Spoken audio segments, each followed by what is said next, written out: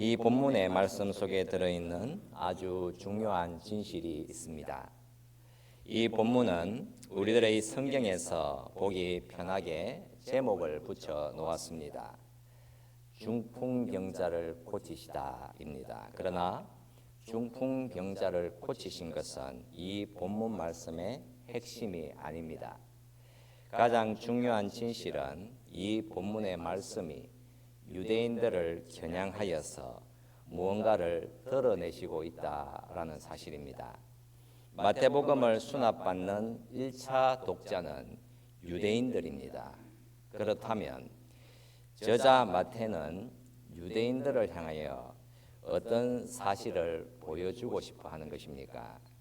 우선 우리가 한 가지 질문을 던져보게 되면 유대인들이 가장 존경하는 인물은 누구겠습니까? 라고 물어보면 여러분 어떤 대답이 나올 것 같습니까? 바로 모세입니다. 그들은 모세를 가리켜서 우리의 스승 모세라고 합니다. 모세는 하나님의 율법을 받았고 이스라엘 민족을 출애굽시킨 지도자입니다. 유대 전통에서는 모세를 가장 위대한 예언자로 보고 있으며 모세의 권위는 절대적이라고 생각합니다. 유대인들에게 있어서 권위의 서열을 매긴다면 1위는 단연코 모세입니다. 유대인들에게 있어서 모세의 위치는 독보적이라고 할 수 있습니다. 율법 수여자, 최고의 예언자로 여깁니다. 이런 유대인들 앞에 이 본문의 말씀이 주어져 있습니다. 그렇다면 이 본문은 권위자를 질문하고 있는 것입니다. 누가 권위자인가? 이 구체적인 질문 앞에서 이 본문의 말씀은 유대인들의 역사와 삶, 그들의 영혼을 두고서 가장 중요한 영역을 만지시고 있는 것입니다. 그게 무엇일 것 같습니까? 유대인들의 영혼을 흔들어 놓을 수 있는 가장 중요한 실체, 그것은 바로 성전입니다. 유대인들에게 있어서 생명 같은 성전은 과거에 모세를 통하여서 모형으로 만들어졌습니다. 모세를 가장 존경하고 가장 권위 있는 인물로 여기고 사는 유대인들에게 예수님이 오셔서 성전 제사의 핵심이 무엇인지를 말씀하시더라는 것입니다. 그 말씀이 네 죄 사함을 받았느니라는 말씀이었습니다. 네 죄 사함을 받았느니라. 도대체 누가 이런 말을 할 수 있겠습니까? 누가 너의 죄 사함을 받았다라고 선포할 수 있습니까? 유대인들이 가장 존경하는 모세도 그 선포를 할 수 없었습니다. 오직 하나님 한 분만이 이 선포를 할 수 있다라고 유대인들은 생각했습니다. 그런데 예수님이 오시더니 너의 죄 사함을 받았느니라. 그러니까 하나님만이 하실 수 있는 선포를 예수님이 하시더라는 것입니다. 그렇다면 유대인들의 영혼과 삶에 있어서 저자 마태는 가장 중요한 선포를 하고 있는 것입니다. 그것은 예수, 바로 그분은 하나님이시다라는 선포인 것입니다. 예수님이 가다라 지방에서 나오신 뒤에 가버나움으로 가시게 됩니다. 그곳에서 심상에 누운 중풍병자를 사람들이 예수님께로 데리고 왔습니다. 본문 2절 말씀에서 보면 그 중풍병자를 데리고 온 사람들이 보입니다. 이 사람들은 왜 예수님께로 그 중풍병자를 데리고 온 것이겠습니까? 그들은 원함이 있었습니다. 사람들이 그 중풍병자를 예수께로 데리고 왔을 때에 사람들은 다 알았습니다. 이들이 왜 예수께로 왔을까? 이들은 자신들이 데리고 온 중풍병자를 예수님에게 고쳐달라고 부탁하려고 온 것이구나 다 알고 있었습니다. 그런데 주님께서는 무엇이라고 반응하셨습니까? 본문 2절 말씀에서 보면 중풍병자에게 이르시되 작은 자야 안심하라 네 죄 사함을 받았느니라 말씀하셨습니다. 중풍병자가 주님의 말씀을 듣고 있는데 주님이 자신을 향하여서 너의 죄가 용서를 받았느니라고 하시니까 주님 참으로 고맙습니다 라고 하겠습니까? 이 세상에 그 어느 누구라도 무엇이라고 반응하겠습니까? 주님, 그것은 제가 원하는 것이 아닌데요. 나는 지금 온몸이 마비가 되어 있고요.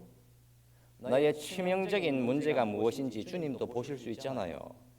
나의 이 몸을 좀 보십시오 라고 하지 않겠습니까?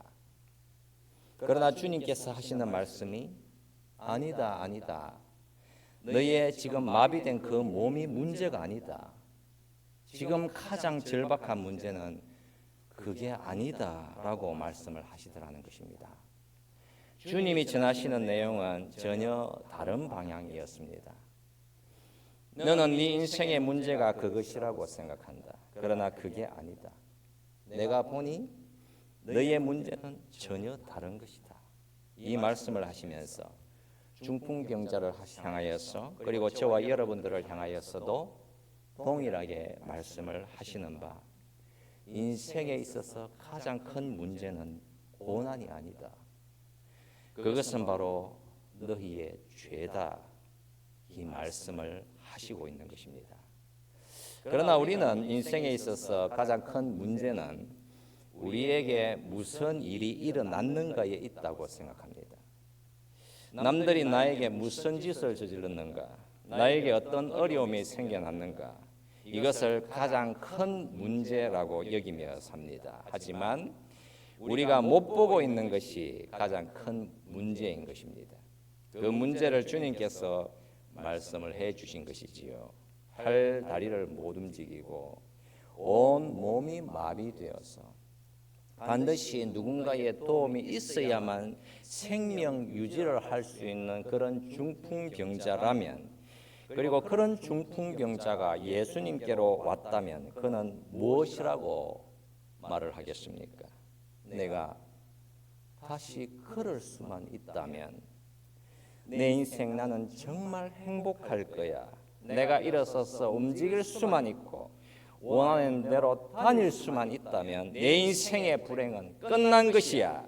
일어나서 걸을 수만 있다면 이제 나는 절대로 불평하지 않을 것이며 모든 것이 올바른 자리로 갈 수 있겠지라고 할 것입니다. 그런데 주님은 전혀 다른 말씀을 하시고 있지요. 냉정하게 들리겠지만 너는 정말 제대로 못 보고 있구나 라고 하시는 것입니다. 신디아라고 하는 미국의 한 작가가 뉴욕에서 레스토랑과 극장에서 티켓을 팔고 있던 배우 지망생들이 나중에 유명해지는 과정을 이렇게 지켜보고 있었습니다. 작가 신디아가 그런 말을 했습니다.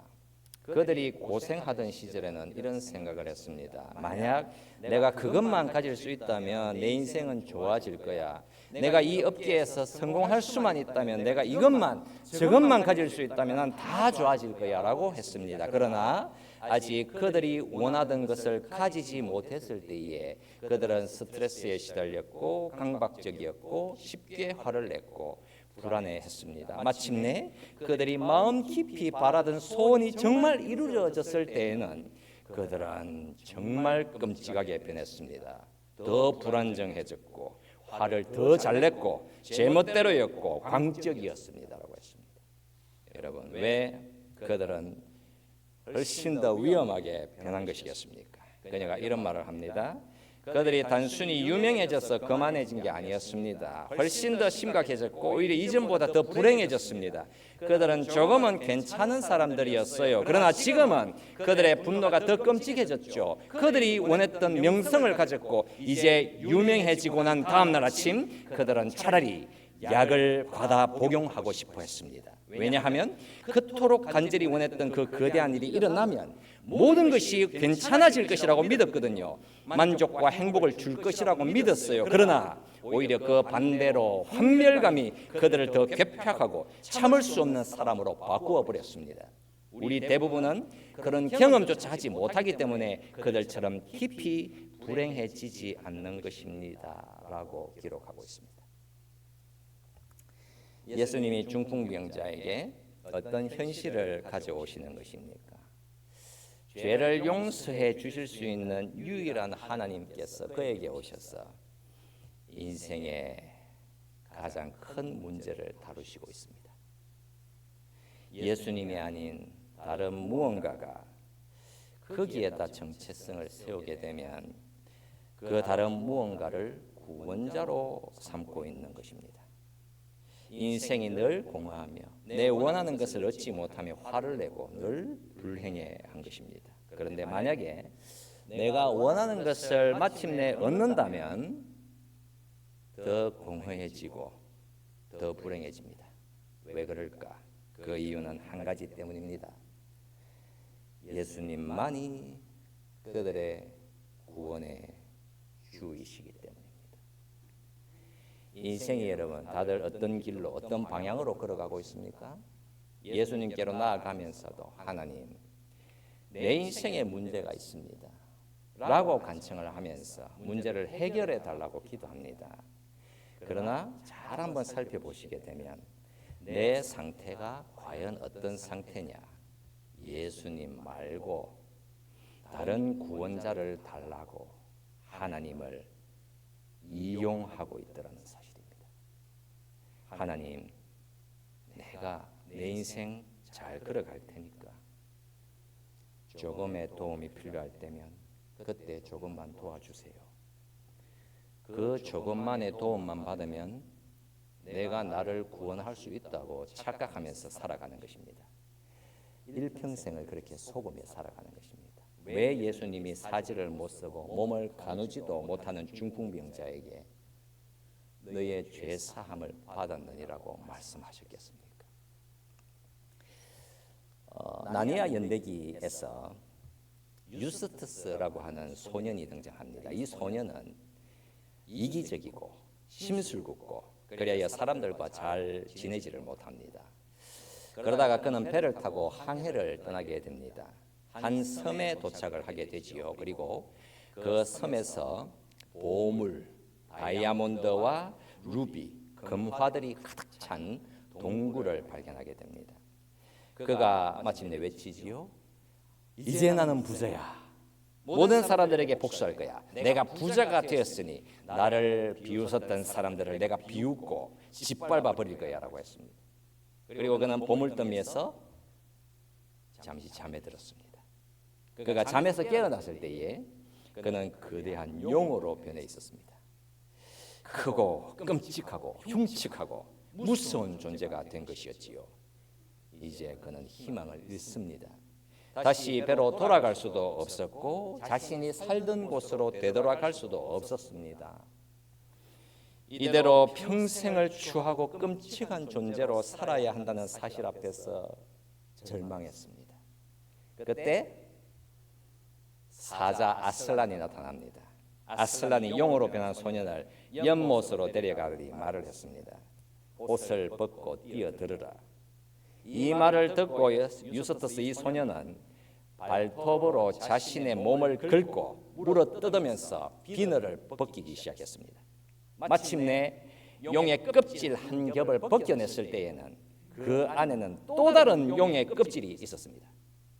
그가 자신의 껍질을 벗기기 시작했을 때에 그는 그 어떤 때보다도 더 아프고 더 고통스러웠습니다.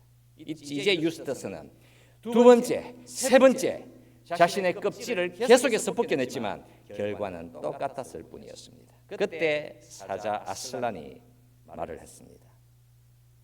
내가 해야 한다.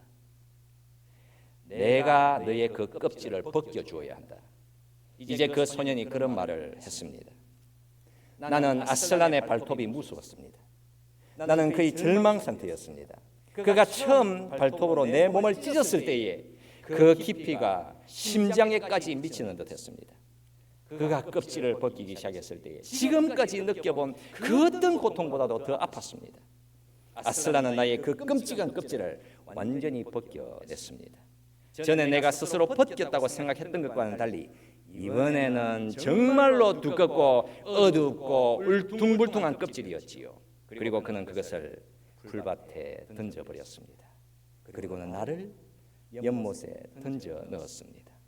처음에는 너무도 아팠지만 그건 잠깐이었습니다. 그리고 나는 다시 소년이 되어 있는 나 자신을 보았습니다. 라고 했습니다. 여러분, 바로 이 이야기가 바로 이 본문 말씀의 이야기인 것이지요.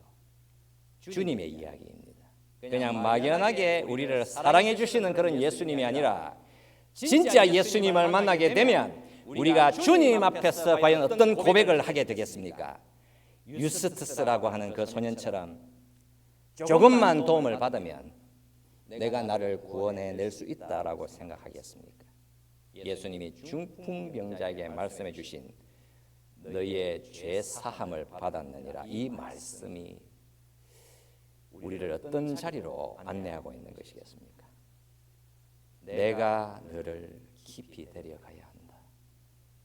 내 발톱이 너희의 마음 깊은 곳, 그 영혼 깊은 곳까지 들어가서 네가 가장 원하는 것을 바꾸어 놓아야 한다. 지금 네가 원하는 그것이 너를 망치고 있다. 새로운 출발 또는 목표 몇 개 달성하는 것으로는 안 된다. 너는 네가 원하는 이런저런 작은 구원자들을 얻기 위해서 나를 이용하지 말고 나를 너희의 구원의 주로 받으라라고 하는 바로 그 부르심인 것입니다. 우리가 이 본문을 보면서 우리의 머리로 이해하기 어려운 내용을 만나시게 됩니다. 사람들이 중풍병자를 주님께로 데리고 왔습니다. 주님은 곧바로 말씀을 하셨지요. 작은 자야, 네가 안심하라. 이 죄 사함을 받았느니라. 이 죄 용서를 우리의 머리로는 이해할 수가 없습니다. 왜 그럴까? 중풍병자가 주님께 죄 용서해 달라고 구하지도 않았습니다. 그런데 주님께서는 그냥 죄 용서를 받았다라고 선포를 했습니다. 회개를 하지도 않았는데, 그래서 죄 용서해 달라고 구하지도 않았습니다. 그런데 주님은 죄 용서를 받았다고 했습니다. 사실 이것은 모순인 것입니다. 예수님이 이 땅에 오셔서 유대인들의 심장에 자리 잡고 있는 성전과 희생제사, 그 핵심인 죄 용서를 선포해 주시는데, 이 본문 말씀이 죄로 얼룩진 이 세상에 무엇을 말씀해 주고 있습니까? 예수님은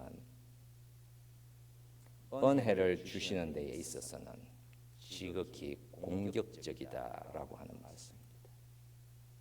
그가 오셔서 아예 마음을 열 준비도 안 된 사람들에게도 하나님이 은혜를 부어주시기를 기뻐하신다는 사실입니다.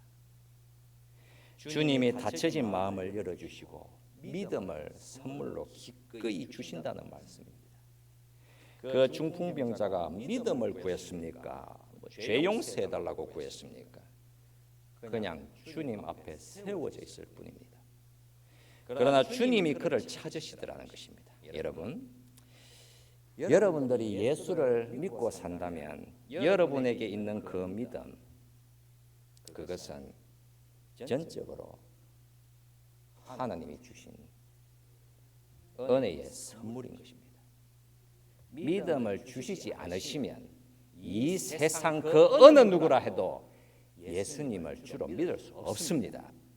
예수님이 내 죄를 용서할 수 있는 유일한 분이시구나 하라고 하는 이 믿음은 내가 노력해서 만들어낼 수 있는 것이 아닙니다. 오직 하나님이 주시는 은혜의 선물인 것입니다. 믿고 싶다고 믿을 수 있는 것이 아니기 때문이지요. 우리는 예수님을 안 보고 살고 심지어는 외면하며 살아갈 때에도 예수님이 우리 심령의 문을 여시면 그 어떤 죄인이라도 믿을 수밖에 없습니다. 여러분 앞서 사자 아슬란이 완고한 용으로 변한 소년의 껍질을 벗겨주지 않았습니까?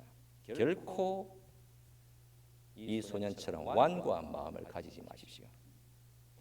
예수님께서 내 심령의 교만한 껍데기를 그 껍질을 하나씩 벗겨주실 때에 우리는 고통스럽겠지만 그때 정말 기뻐하고 감사하고 회개하고 그 마음의 심령은 정말 부드럽게 변해야 합니다. 믿음이 있다고 믿는 자가 믿음이 연약하고 없어 보이는 자들에게 혹여나 가혹하게 대하거나 교만하게 마주한다면 그런 일은 지극히 악한 것입니다. 예수님께서 심지어는 용서를 구하지조차 않은 사람에게 그의 죄를 먼저 용서해 주셨다는 사실을 기억을 하십시오. 예수님은 은혜로우시고 우리를 용서해 주시기를 너무나도 간절히 원하시기에 우리는 주님의 그 용서의 은혜 앞에서 그저 고개 숙여서 감사할 수밖에는 없는 죄인들인 것입니다. 이 본문 말씀에서 보면 지금 지극히 당혹해하고 충격에 사로잡혀 있고 분노하고 있는 자들이 있습니다. 여러분 3절에서 말씀을 하지요. 어떤 서기관들이 속으로 이르되 이 사람이 신성을 모독하도다. 예수님께서 이들의 마음을 다 아셨기에 너희가 어찌하여 마음에 악한 생각을 하느냐라고 하셨습니다. 여러분 그들의 생각을 악하다라고 말씀을 하시고 있지 않습니까? 그리고 주님이 아주 의미심장하고도 정말 놀라운 말씀을 한 가지 전해주셨습니다. 그 말씀이 5절 말씀입니다. 네 죄 사함을 받았느니라 하는 말과 일어나 걸어가라 하는 말 중에 어느 것이 더 쉽겠느냐라는 말씀이었습니다. 우리가 이 말씀의 의미를 좀 생각하면서 말씀을 정리를 하겠습니다. 서기관들이 하고 싶었던 말은 하나님 한 분 외에는 아무도 죄를 용서할 수 없다는 것이었습니다. 그런데 예수님은 내가 중풍병자의 죄를 이미 용서했다라고 말씀하셨습니다. 그러면 예수님은 어떤 주장을 하시고 있는 것입니까? 내가 너의 죄를 용서했다. 내가 너의 모든 죄를 다 용서했다. 과연 누가 이런 선포를 할 수 있겠습니까? 주님이 하시는 말씀은 정말 분명한 것입니다. 너희가 행한 모든 것은 전부 다 나를 향한 것이다. 너희가 지은 모든 죄는 다 나를 향한 것이다. 내가 너희를 만들었고 너희는 내가 원하지 않는 것을 행했으니까 내가 모든 것을 다 용서할 수 있는 창조의 주다. 그 선포를 하시는 것이죠. 예수님은 지금 유대인들을 향하여서 내가 성전이고 내가 성전의 주이며 내가 너희들의 창조의 주시다. 내가 전능한 하나님이시다라는 선포를 하시고 있는 것입니다.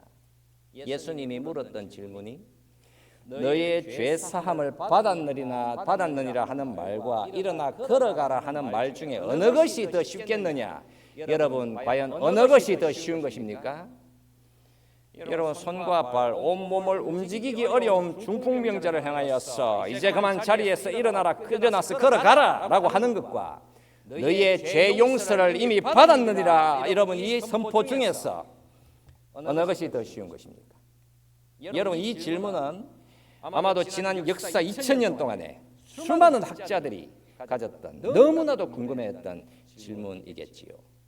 수많은 책들을 기록해왔고 수많은 연구와 논문들이 나왔습니다. 여러분 어느 것이 더 쉬운 것입니까? 대략 생각해보면 예수님은 마치 이렇게 말씀하시는 것 같습니다. 어느 누구라도 당신의 죄가 용서를 받았다고 말할 수는 있겠지만 어느 누구도 치유의 기적을 베풀 수는 없지 않는가? 누군가를 용서해 주는 것보다 누군가를 치유해 주는 것은 훨씬 더 어려울 것이다. 여러분 이렇게 보이지 않습니까? 여러분 6절 말씀을 보십시오. 그러나 인자가 세상에서 죄를 사하는 권능이 있는 줄을 너희로 알게 하려 하노라 하시고 중풍병자에게 말씀하시되 일어나 네 침상을 가지고 집으로 가라 하시니 여러분 이 구절에서 중풍병자에게 예수님이 말씀하시다라고 합니다. 말씀하셨다. 여러분, 예수님의 말씀하심은 말하다라는 그런 의미가 아니라 행하다라는 말과 똑같은 것입니다. 말씀하심은 행하심과 같고 그 말씀하심은 치유하는 효과를 내심과 같은 것입니다. 너희의 죄가 용서를 받았다라고 말씀하심은 그 말씀하심이 곧바로 무한한 효과를 내심인 것입니다. 여러분, 즉각 시행되는 것이지요. 여러분, 사지를 못 쓰고 몸을 제대로 못 가누는 그 중풍병자를 향하여서 죄를 말씀하시고 너는 죄 사함을 반드시 받아야 산다라고 하셨다면 저와 여러분들은 사지가 멀쩡하고 온 몸을 다 쓸 수 있다라면 그러면 우리는 어떤 상태에 놓여져 있는 것입니까? 이 중풍병자보다 훨씬 더 중한 죄인들이 되어 있는 것입니다. 훨씬 더 죄를 많이 짓겠지요. 그러니까 이 의미하는 바 저와 여러분들은 그냥 구제불능의 인생들인 것입니다. 그렇다면 우리에게 가장 절실한 영의 문제는 바로 하나님의 아들, 그러니까 우리의 죄 용서를 해주실 수 있는 전권을 가지신 예수님으로부터 반드시 죄 용서를 받아야 산다라고 하는 문제가 놓여져 있는 것입니다. 예수께서 중풍병자를 향하여 너희의 죄 사함을 받았느니라 라고 하는 선포는 사실 자리에서 일어나 걸어가라 라고 하는 선포보다 가장 어렵고 가장 불가능하고 가장 행하기 어려운 것입니다. 그냥 말해준다고 용서해 줄 수 있는 것이 아니기 때문입니다. 여러분, 왜 그런가? 예수님이 우리의 인생의 죄를 용서해 주시기 위해서는 딱 한 가지, 자신의 목숨을 걸고 말씀하시고 있는 것이기 때문입니다. 하나님의 아들 예수님, 그가 십자가로 가셔야 하기 때문입니다. 그래야 죄 용서를 받을 수 있기 때문입니다. 그분이 죽어야 우리가 살 수 있기 때문입니다. 주님이 네 죄 사함을 받았느니라 선포를 하시는데, 여러분, 그렇다면 이제 남아서 기다리고 있는 것은 무엇입니까? 남겨진 것은 딱 하나, 십자가의 죽음입니다. 죄 용서를 위한 대속의 죽음이라고 하는 그것만이 예수님께 기다리고 있었던 것입니다. 중풍병자는 사지를 사용할 수 없지만 이제 예수님은 그 사지에 못 박히시게 됩니다. 그 중풍병자를 춤추게 하기 위해서는 주님은 반드시 고난과 고통과 피 흘림, 죽음의 자리로 가셔야만 했습니다. 우리의 죄라고 하는 것은 그렇게 크고 악하고 중한 것이어서 우리 스스로의 힘과 노력으로는 절대로 용서받을 수 없는 것이기에 주님께서는 오직 자기 자신의 그 십자가 대속의 죽음을 걸고서 저와 여러분들의 죄의 문제를 다루시게 되는 것입니다. 우리의 말씀을 생각하면서 우리 함께 같이 기도하십시다.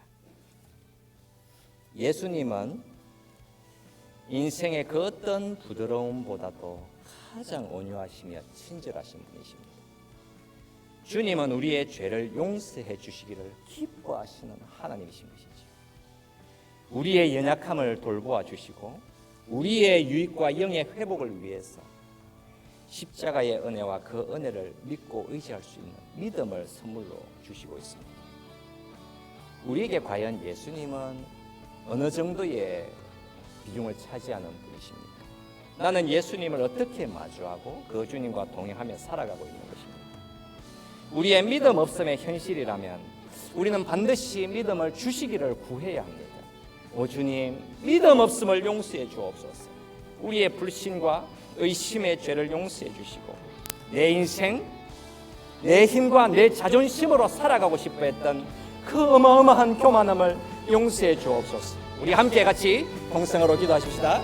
살아계신 우리 하나님 아버지, 주의 은혜와